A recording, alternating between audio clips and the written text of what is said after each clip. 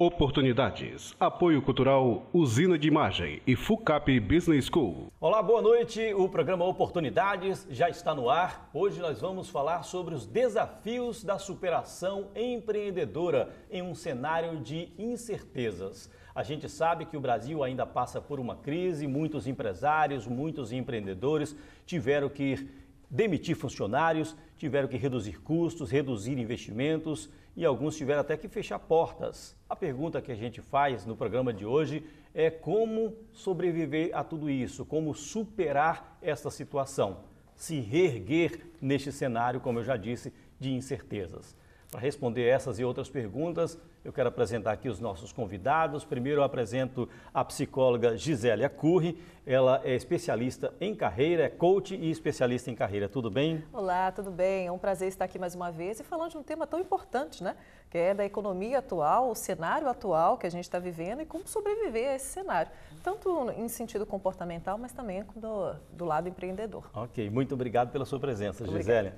Eu apresento também o economista Richard Moreira, ele também é consultor empresarial, que está aqui sempre dando o recado para a gente aqui, e principalmente em inteligência executiva. Boa noite. Boa noite, Guilherme, boa noite, Gisele, boa noite a todos. Muito obrigado mais uma vez pelo convite. Para mim já está se tornando uma rotina discutir temas relacionados à crise, né? Infelizmente, em coisa que o país é catedrático, desenvolver crise, mas por falta de prevenção. E não por falta de capacidade, né? Eu costumo dizer que o Brasil, ele só costuma botar o cadeado depois que a porta é arrombada, diferente de outros países que são mais desenvolvidos, né? Se a gente trabalhar um pouco essa prevenção, a crise ela será com um tempo menor e menos cruel, né, para a sociedade brasileira. Ok, Richard, também muito obrigado pela sua presença hoje aqui. Então é isso, é a superação, né? A persistência e a superação empreendedora é o tema do programa Oportunidades de hoje. Nós estamos começando.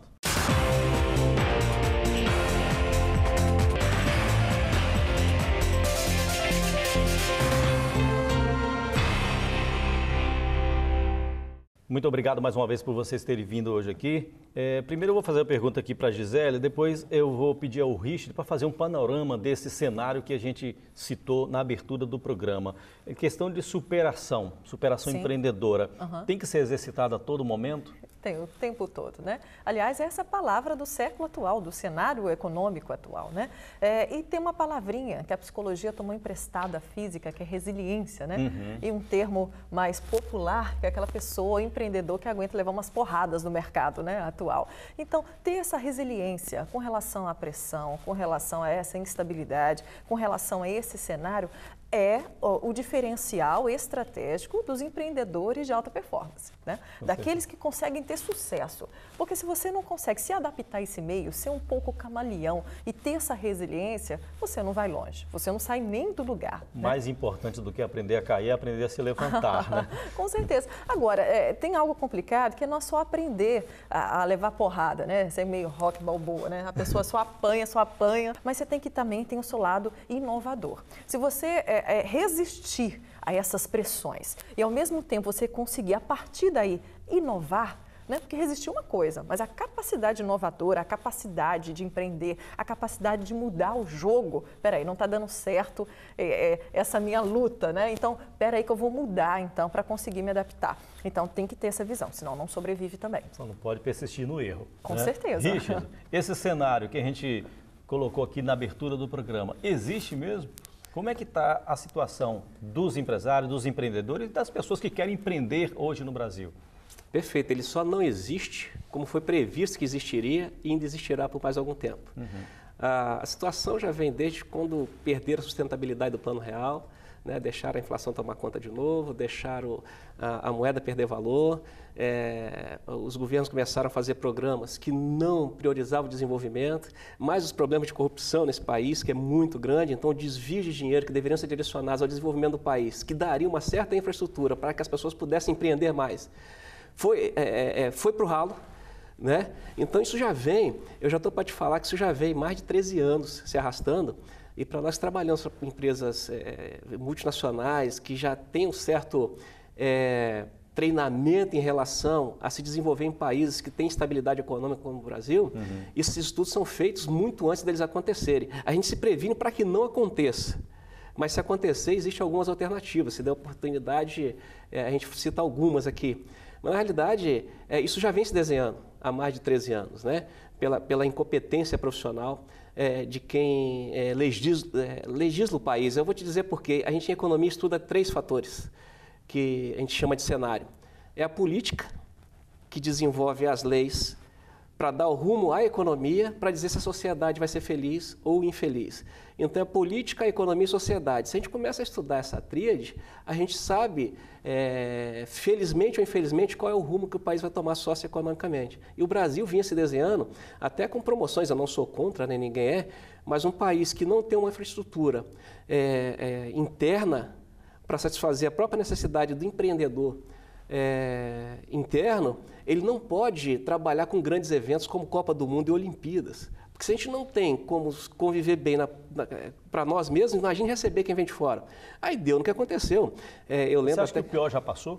Não, ainda não. Não? Ainda não. A gente só tem uma previsão aí de melhora depois das eleições de 2018. É pessimismo ou realismo? É realismo. A gente não trabalha nem com otimismo e nem com pessimismo. A gente trabalha com realismo, né? A gente trabalha com números factíveis, né? A exemplo, o Chile trabalhou assim, né? Mandando alguns economistas, administradores para estudar nos Estados Unidos, na Universidade de Chicago, que eu também já conheci, e trabalhar com a realidade. Então, se nós profissionalizarmos a política, vamos dizer assim, para ficar bem fácil, por exemplo, é muito difícil ficar colocando administrador para cuidar da saúde, ou economista para cuidar da área de infraestrutura. Entendeu? Se a gente colocar o profissional certo para desenvolver a área certa de um país, a exemplo do Chile e outros países do primeiro mundo, a coisa começa a andar de uma maneira mais positiva. Agora, algo importante, ele está falando de dados realísticos, que eu acho bacana. Agora, não adianta todo esse cenário realístico, esses indicadores, ele como especialista colocando, se existe uma cegueira ainda de muitos empreendedores ou muitos profissionais, né? Porque existe um analfabetismo de mercado, que é a capacidade da pessoa de enxergar esses números, de enxergar esse cenário atual, de ver como é que está esse mercado, para onde que ele vai, né? E essa cegueira é o que tem realmente levado muitos empreendedores à decadência, à falência, ou profissionais a ficarem na fila aí do desemprego. São mais de 12 milhões de desempregados.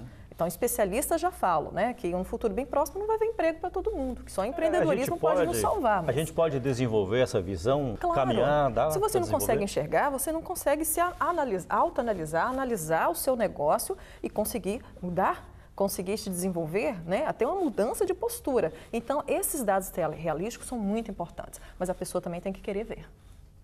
Porque quando tem um dado pessimista ou realista, a pessoa pode se contaminar com essas notícias também e se frustrar com tudo. Não sonhar, não ter propósito. Você acredita também nisso, Iris? Para mim, a cegueira vem justamente pela falta de educação. A gente não tem uma escola, né, academia desenvolvida para que dê essa visão que ela está falando, entendeu? Você vai em academias de administração, de economia ou de contabilidade, todas as do Brasil, tanto na entidade pública ou privada, se perde muito tempo estudando teorias de 1930, 1940, 1920. Nós estamos em 2018 já, para não falar que tem plano estratégico até 2050 nas organizações. Então, se perde muito tempo com um aluno de uma instituição de curso superior, que é uma instituição para formar pensadores e não conformados, em ficar decorando teorias de 1920. Entendeu? E é aí que se perde essa visão. Entendeu? O mundo é outro, a sociedade é outra, a economia é dinâmica, e a gente não pode perder tempo com, vamos dizer assim, supostamente com a formação de pensadores, com teorias que já passaram. Entendeu? O passado é uma grande ferramenta que nos ensina para o futuro. Então, a gente tem que recordar dele, mas não direcionar tanto tempo, como de 1 ano, 2 anos, só estudando o passado. Então, enquanto isso, o mundo está à nossa frente. Eu sempre falo que o nosso sistema educacional é falido. Eu falo isso o tempo todo. Desde lá do início da educação infantil mesmo até a partir de universidade. Então, ensino muito arroz com feijão, mas acho que não preparam as pessoas para ir para o mercado de trabalho. Não preparam para ter essa visão crítica, realística. Então, as pessoas saem hoje... Nem a visão de dono, né? Não, Guilherme, geralmente porque... se prepara para ser empregado. desempregados. Não, eu vejo hoje muito universitário saindo da área educacional, achando que vai colocar o currículo debaixo do braço, as portas vão se abrir. Não vai acontecer. Vive numa subjetividade e ainda numa ignorância, porque ignora uma realidade que não foi contextualizada para eles nesse sistema educacional. Então, ele vai aprender a correr com as próprias pernas. E aí é um sistema um pouco mais difícil, mas tem que ter muita maturidade para isso. Vamos dar um exemplo hipotético aqui de uma empresa, de um empresário, de uma pessoa que quer empreender e passou por essa crise aí, teve que demitir, como eu já disse, teve que reduzir custo. Qual o passo inicial para ela retomar o brilho nos olhos? Primeira coisa é mudar a teoria de que a empresa tem que dar lucro nesse momento. Momento de crise, a gente trabalha com redução de custo. Não focar no sucesso, não, focar no trabalho. Nesse momento de crise, a redução de custo é que vai determinar qual vai ser o tamanho do seu lucro. Então, dentro da redução de custo, a gente diminui até a margem de lucro, reduz aonde puder. Entendeu? Tem muita coisa numa organização que o dinheiro não retorna e tem que ser cortado. Infelizmente, no Brasil, por ser a parte mais cara, as pessoas são as primeiras a serem cortadas. Né? Mas hoje tem muita tecnologia que substitui isso, que a gente chama de desemprego estrutural, né? E as empresas investem em muita tecnologia para superar isso. Né? Você pode ver, vou dar um exemplo bem simples aqui. A vigilância da empresa. Tem câmera, tem coisa e tal. Tem gente que bota cachorro, entendeu? E às vezes resolve. Mas cachorro não tem carteira assinada, não tem cesta básica, não tem nada e por aí vai. Então, esse processo de substituição na redução de custo é que vai determinar qual vai ser o ponto de equilíbrio da sobrevivência de uma organização nesse momento de crise. Entendeu? Então, o foco é redução de custo, não gerar lucro. E na sua visão, Gisele? Eu dou formação para novos empreendedores aqui, né, num projeto que tem de empreendedorismo. E o que eu sempre falo com eles é que existe uma preocupação muito grande, principalmente do empreendedor inicial, a só fechar contrato. Acha que o que está entrando, né, é mais importante. Né? Eu estou fechando negócios, então eu estou tendo sucesso. Mas não se preocupa em fechar as torneiras, né, a pensar em custo, a começar por baixo, em coisas mais simples, né, mais exatas. Então, essa falta de habilidade com processo, com gestão, em organizar a casa e achar que é só fechar contrato e bater na porta que ele vai ser um bom empreendedor, ele está totalmente enganado. E juntando então, isso tem a burocracia do Estado, né? A burocracia é muito forte para você montar uma empresa e manter uma empresa. São muitos encargos, são muitas taxas. Você paga no mesmo momento taxa municipal, estadual e federal. Entendeu? Quando você vai abrir alguma coisa no Brasil, a primeira coisa que você tem que pensar é em gasto. Entendeu? Diferente da escola japonesa, por exemplo, lá quando você vai inaugurar uma empresa, eles não colocam uma publicidade muito cara ou fazem grandes festas de inauguração da empresa. Se eles tiverem um computador para 10 pessoas, eles vão começar com um computador para 10 pessoas. Até a possibilidade de comprar outro. Aqui não, o empresário brasileiro ele ainda tem um certo vício, né, que eu visto porque eu acho que é negativo, de começar com uma estrutura bem grande e depois não tem como mantê-la. Né? Então não consegue sobreviver 2 anos por causa desse custo. Mexe muito com vaidade. Estou falando agora da parte comportamental. Né? Ser empreendedor tem que ter uma cadeira de couro, uma vista para o mar, né? Inaugura, bota na capa da revista. Tem que ter uma secretária. Como assim? Eu sou empreendedor, tem que ter uma secretária. Tem que segurar. Calma, isso não é ser empreendedor. Ainda não produziu para ter esses gastos. Isso. Né? Essa é a nossa mentalidade. Né? Bonita a festa de abertura, mas a manutenção, quantas empresas que a gente vê fechando em tão pouco tempo? Justamente porque não se trabalha uma estrutura de planejamento, de manutenção dentro do que se tem para investir.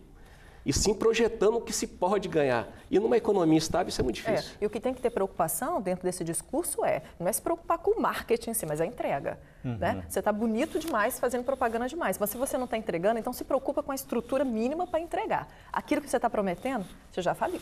Entregar produto, serviço e se auto-entregar. Né? Isso, fazer a entrega de espírito, alma naquele negócio. Né? Menos marketing. Vamos fazer um intervalo, daqui a pouco a gente volta com oportunidades, até já. Voltamos com oportunidades, nós estamos falando hoje sobre a superação empreendedora, né? O espírito de empreendedorismo tem que ser retomado, principalmente nesse cenário de incertezas. E a gente sabe que o sucesso é o resultado de vários fracassos. Se você não tem esse pensamento, tem que ter. É isso mesmo, Gisele? É isso mesmo. Na verdade, as escolas hoje só ensinam cases de sucesso, né? Não sei se você concorda também. Dificilmente uma escola pare, vamos estudar os cases de insucesso. O que esse empreendedor que a gente está falando, esse empresário tão famoso, tão bem sucedido, quais foram os percalços, os buracos? Né? O que ele enfrentou? Quantas vezes ele caiu? Quantas vezes ele faliu? Quantas vezes ele quebrou para chegar até aqui? Então, isso faz com que... só enxerga o resultado, o sucesso. Aquele cara ser bem sucedido, claro, mas não sabe o que ele passou na vida. Não, né? ele teve uma história aí, né? E ser empreendedor hoje, principalmente na nossa cultura brasileira ou no Brasil, você tem que ter não só a questão da resiliência, inovação, mas você tem que ter essa maturidade de entender que vai acontecer problemas, vai cair, tem que levantar. Então, as escolas não têm preparado também esses jovens para ser esse empreendedor. Aí, o que é que acontece? Se frustra. E o que acontece com a frustração? Se auto-sabota. E a partir do momento que eu estou me sabotando, eu não estou conseguindo investir toda a minha capacidade empreendedora naquele negócio, naquele investimento, né? Porque eu acho que eu devia ter sucesso. Aí eu fico com vergonha, né? Diante da sociedade, diante da família, porque eu nasci, eu fui formado que eu tenho que ter resultado de primeira, que eu tenho que acertar de primeira. Não, você pode ter vários chutes para gol, mas se você colocar uma bola no gol na partida inteira, já ganha, né? Então tem que tomar cuidado com isso. Eu defendo muito a tese de que o brasileiro é criativo, mas não usa a criatividade com inteligência. Uma coisa é você ser criativo, criar alguma coisa, outra coisa é usar essa criatividade a seu favor. O brasileiro ele é muito humorístico, né, na sua criatividade, mas quando se fala em coisa séria, ele se perde. Eu costumo dizer também, por exemplo, qual é a diferença entre uma pessoa inteligente e de uma pessoa sábia, né? A pessoa inteligente sai de um buraco onde um sábio não cairia, justamente pelo planejamento, pela prevenção. E o brasileiro não tem hábito desse planejamento. Dizem também que a criatividade é a inteligência se divertindo, né? Exatamente. O que a gente desenvolve, principalmente na formação de executivos, né, dessas multinacionais, que têm uma responsabilidade incrível, por exemplo, uma Unilever tem 168 mil empregados no mundo. Quais são as cabeças que estão por trás de uma empresa que tem 168 mil empregados? Uma 3M de 76 mil tem 7 mil só para a área de desenvolvimento e pesquisa, né? Ou investigação e pesquisa, como é dito lá.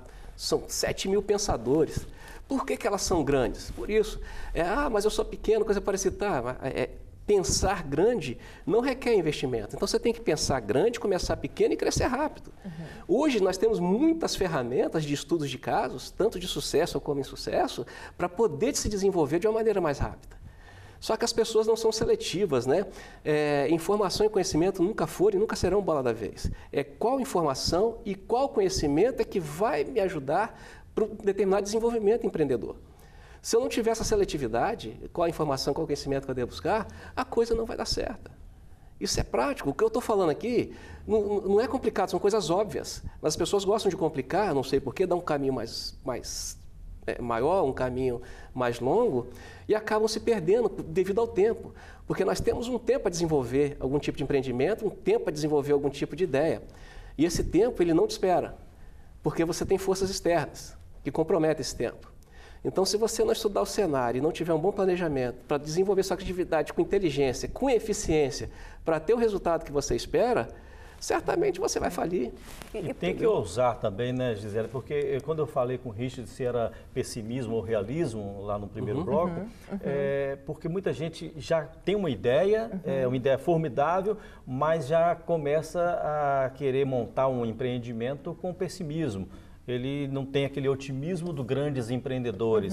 E esse pensamento, quando é um pensamento mais positivista, ele tem chance de maior sucesso. Claro, eu penso dessa forma. Claro, né? Eu acho que por isso que tem crescido muito a linha da psicologia positiva, né? É você não ficar olhando muito dentro do meio corporativo, ou dentro da sua vida, aquilo que está dando errado, mas ver o que está dando certo e se foca lá. Né? Então, esse volume de desemprego, né? O que tem surgido? Isso, dados do IBGE, Sebrae, mostra o volume, um aumento cada vez maior de novos empreendedores. Por isso, essa temática é tão importante, né? Essa temática dentro desse contexto realístico. Só que essas pessoas, quando elas vão meio assim, eu preciso pagar minhas contas. Muitos não vão porque eu tenho uma veia empreendedora, eu tenho esse poder empreendedor. Que essa veia empreendedora não é só saber gerir, não. Tem que ter o carisma, tem que ter esse otimismo que você coloca. Porque senão você vai levantar todo dia, se você não tiver esse propósito, se você não tiver engajado com o seu negócio, você vai se auto-sabotar, você vai se matar. Desiste na primeira. Desiste, porque é um investimento não só financeiro, né? Que aí você, como especialista, sabe como é que é esse investimento desses processos. Mas existe um investimento emocional. Eu falo que às vezes esse investimento emocional é muito mais difícil de se recuperar dependendo da estrutura da pessoa. Então, esse cair no buraco, ele tem que ter, não só eu perdi dinheiro, né? perder dinheiro fácil de novo. Mas se você não tiver esse poder positivismo, se você não tiver esse poder criativo, inovador e otimismo no sentido de eu posso me recuperar, esse equilíbrio emocional, aí você está fadado mesmo em sucesso. A experiência empresarial tem me mostrado que o otimismo que tem nos grandes empreendedores é justamente a preparação que eles têm. Grandes escolas, estudos contínuos, treinamentos contínuos.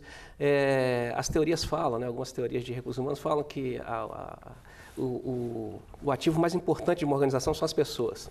Lá se pensa diferente, não são as pessoas certas. Então, a gente costuma falar sobre ter o melhor profissional é muito importante. Ele é o mais caro. Não, a questão não é ele mais caro, é onde a gente sabe onde está a diferença de preço e de valor. Se você quer saber onde está a diferença entre preço e valor, contrato mais barato que você vai ter essa noção. Entendeu? E aí ele colocou uma coisa importante, né? O se preparar. O que acontece? As pessoas falam, não vou abrir um negócio. Por quê? Porque eu tenho medo. Né? O medo é importante. Porque o medo, na verdade, deixa a pessoa em alerta. Né? Você vai virar para uma pessoa, eu estou abrindo o meu negócio. E aí, você está com medo? Lógico que não. Vai dar merda. Vai fazer alguma coisa errada.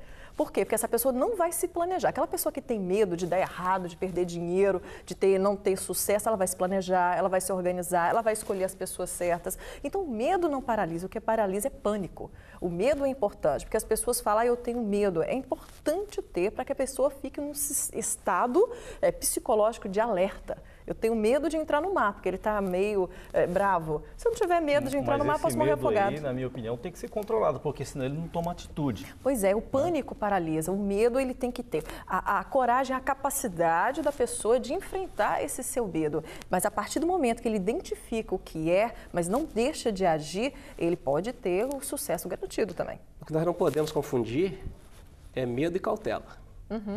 Às vezes as pessoas confundem, eu estou com medo, é medo, às vezes está com cautela. Cautela é quando você refuga e tem um motivo que refugou e tem uma alternativa lá na frente. Medo é quando você não tem capacidade nenhuma. Toda pessoa que tem medo para qualquer tomada de decisão é aquela que não tem preparo e capacidade adquirida para ela. A gente trabalha com 3 capacidades nas tomadas de decisões, né, de grande responsabilidade. É identificar no indivíduo a capacidade adquirida, o nível de conhecimento dele, a capacidade requisitada pelo sistema naquele momento, o que estão requisitando do seu conhecimento adquirido, e a capacidade acessada. O que do seu conhecimento realmente você acessa para poder dar alternativas e soluções para um determinado problema? Entendeu? Se não se trabalhar esses 3 índices, você não vai ter as melhores soluções. Agora, o mais importante aí é entender qual é a capacidade adquirida e qual é a capacidade requisitada. A gente vê o endividamento das famílias hoje, principalmente após essa crise aí, essas demissões, esses desempregos, né, esses desempregados. E eu imagino que dentro dessas famílias, muitos empreendedores tiveram que engavetar seus sonhos. Né? Tem solução, na visão de você, assim, uma família, um pai ou a mãe que tem sonhos, tinha um sonho de empreender, mas está endividado. O que essas pessoas podem fazer nesse momento? Aí vai muito da questão o que ele quer empreender. Que empreender pode ser fazer um tipo picolé, né? Fazer um chup-chup, vender na porta, você não tem custo. Né? Com isso, você não pode ficar parado, você vai morrer. Você não pode deixar isso te paralisar. Então, empreender fica parecendo que eu estou abrindo uma grande empresa. Não. A esposa, por exemplo, ela cozinha muito bem, vai fazer uma quentinha, uma marmita. Eu sou ótima em fazer doce, vai fazer doce para vender. Eu sou muito bom, eu vou para conversar, vou dar consultoria. Enfim, isso tudo é empreender. Aos poucos, né? Depende do que ele define o que é empreender.